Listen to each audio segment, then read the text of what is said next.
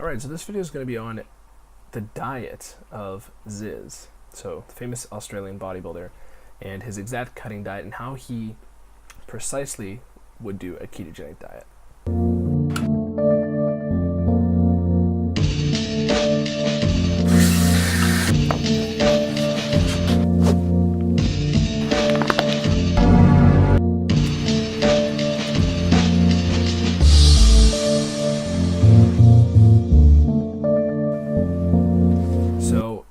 This video, it's probably because you know about the famous bodybuilder, very big name in the fitness scene, Zyzz. So Zyzz Shavershian, and I used to follow this guy a long time ago, and I remember that he did a ketogenic diet. So I wanted to break it down and do a little bit of digging to find out exactly how he did it. So if you are interested in the ketogenic diet, and especially using it for bodybuilding purposes, this is a great video because I'm going to link the two in this video and tell you how to show you that bodybuilders who were huge names in the scene do use this diet to great effect. Now, of course, Zyzz, in case you weren't aware, did use performance-enhancing drugs. Obviously, that helps on any diet, but I'm still going to break down this diet. And from a video I watched a while ago, he did say it was his favorite diet, so take that as what you will. I mean, even if you're using performance-enhancing drugs, you can still have a favorite diet, and that can still speak volumes about what you find effective. So I did some digging, and what I'm going to say is, if you don't know about the ketogenic diet, right, because you might be somebody who came to this video not knowing about the keto diet, or maybe knowing about it and being skeptical, the keto diet basically means you will cut out all your carbs. So you do get some carbs, and the way Zyzz described it was from green vegetables. You can get a small amount of carbs from mostly green vegetables. You're going to want to keep it from anything fibrous. And the way Zyzz did his diet was slightly different than what you'll see advertised on a lot of YouTube videos. So a lot of YouTube videos will advertise eat 70 to 80% fat, 20% protein, and 10% carbs or less. Now, a lot of times I will roast those macronutrients because it's not entirely necessary to hit those numbers. All that's necessary is that you cut out the carbohydrates, and from there you can adjust the macro split however you like. All that really matters would be that you're in a calorie deficit. So at that point, it doesn't necessarily matter if you have more ketones or less ketones, aka more fat in your diet or less fat in your diet. But the point is, if you have a ketogenic diet, you are going to force your body to pull from its own fat stores because you're removing the carbohydrates from your diet. So that's where it needs to get all of its energy needs met. And basically, your body is a walking energy supply. It's a walking battery, and keto allows you to tap into that. So the actual diet plan that Zyzz had followed, he said in a video that typical meals of his will be 8 eggs. So that could be a breakfast. How exactly he had it, I imagine some sort of omelet of some sort, maybe some meats thrown in there, some cheese. However, 8 eggs is a very large amount for a keto diet, and it's a great source of fat and protein, but actually a lot more fat than you'd be surprised, or than you'd expect, and it's pretty surprising. So having 8 eggs in the day, I've experimented with having 8 eggs a day on keto diets. I've experimented with having more eggs a day not on keto diets, and eggs do have androgens in them, and they do have a slight anabolic effect. At least that's what some research shows. So other meals which Zyzz said he would also eat in the day would be portions of spinach, tuna, and broccoli, and I imagine that he would have this as some sort of lunch, or I don't think he was a big on intermittent fasting, so I doubt Zyzz did any intermittent fasting, at least consciously, and he probably parsed out the day throughout several small meals of vegetables and meat groups thrown in there. So spinach, tuna, broccoli, bowls of chicken with broccoli, sardines, grilled fish, and cottage cheese. So those would be some of the snacks that he would have. But I'm pretty sure for the cottage cheese, what he would actually do is have it right before bed. I remember some old video where he was talking about cottage cheese and how it actually helps you burn more fat throughout the night because of a protein in it called casein. So I'm not quite sure how accurate the casein protein is, that whole fat burning effect is, but I have heard studies that say, well, not studies because they're not, I didn't read this from any scientific journal. I have heard people and sources say that casein protein helps you target the body fat on your stomach a little bit. So not quite sure how accurate that is, but I am pretty sure that Zyzz would at least I can say it was more factual to say and more accurate to say that Zyzz would have cottage cheese before bed predominantly. And so the staples would be fatty cheese, dairy products, basically a large amount of fat and protein. And in a book that Zyzz actually wrote, I guess, I found that online too, and he also wrote, just give me 1 sec here, that he would keep the carb intake below 30 grams a day. So that is pretty good for a keto diet, because most of them will say that you need to just focus on your net carbs. Now, net carbs are very important, but where you're getting your actual carbs is more important. So let's say you have 40 grams of carbs a day. If you're getting those carbs from a bowl of oatmeal, you're not going to be in ketosis. However, if you're getting those 40 grams of carbs from lettuce and spinach, you'll be fine, because they're very fibrous and very low glycemic carb sources.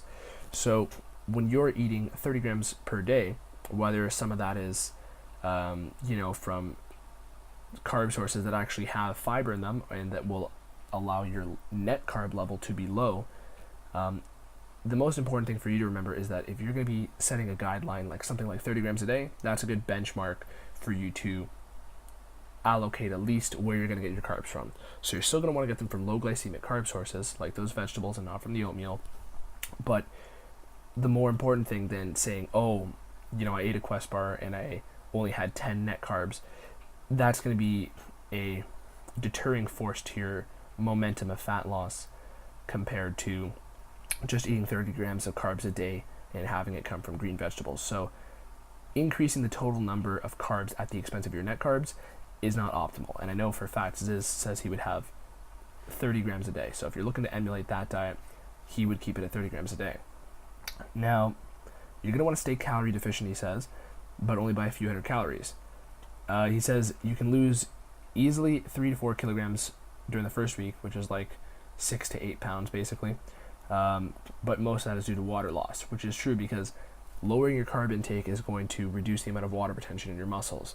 You can easily counteract that by increasing the sodiums in your diet, and I totally recommend that, because that's what's going to also help you feel good on a keto diet. But that's a topic for another video. Bottom line, increase your sodiums a bit, you'll feel better, you'll have more electrolytes in your body. His 3 rules for the keto diet are: eat 300 to 500 calories below your maintenance, so your BMR. Whether or not he would actually do that all the time, nobody knows, right? There were also some fat burners in the system for sure, which obviously would increase his metabolic expenditure every day, so he would probably be burning more than 500 calories worth of deficit every day. However, the benchmark for him is 500 calories a day. Keep your protein to your usual level. So that's a very important point here, because as I was saying before, a lot of videos on the keto diet will tell you that you need to keep your proteins low and your fats high. You need to get your protein sorted first. You need to eat your protein first, and it's not a problem if you eat a good amount of protein every day. The third rule is eat loads of fat. The cleaner the better, but this isn't totally necessary. So that ties right into the point I'm trying to make here, which is eat your protein at your usual level. Maybe even a little more, maybe even a little less.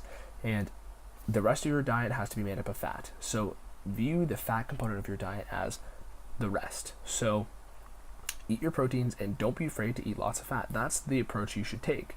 And based on what I've read, that seems to be the approach that Zyzz took when he was doing his keto diet. So by doing this, you'll effectively lose a ton of fat, as your body will be relying on burning this for all of your energy needs. Expect to feel a bit lethargic for the first few days, but this gets better. And some people even find they have more energy after this point. Generally, I only keto for a few weeks at a time, and then go back to bulking. Okay, but it depends heavily on your genetics, on how long it'll take keto to get to your desired body fat level. So, basically, if you are a leaner ectomorph type person like Zyzz was, you'll probably notice great results with this diet. If you're not a naturally thin person, you'll probably still notice great results from this diet. However, as far as breaking down Zyzz's actual meals, those were stated earlier in the video, and as far as understanding his approach to the diet, basically the calorie deficit and eating to satiation seem to be like a key. So eating the protein to your desire, You can, he says, go out to fast food restaurants. You can still live your lifestyle the way you want, go and eat meals. He says you can surprisingly still include eating fast food restaurants and ordering a hamburger patty or a few of them on their own. This will contain very little carbs, but plenty of protein and fat, making it easy to keep up the calories. Other than this, you'll be eating loads of nuts and having a lot of chicken breast. So basically, snacks seem to be a big component here, maybe some nuts. I don't really recommend that because it can really amp up your calories throughout the day, especially if you don't measure the weight of the nuts, because they're very dense in calories. But the point is, another snack that he would apparently have is those nuts, and basically that sums up what he would eat in a day. So you can kind of make your own understanding of how you want to take some of those components to put into your keto diet. I don't think he was a big faster, but I believe in using intermittent fasting as well in combination with keto diet.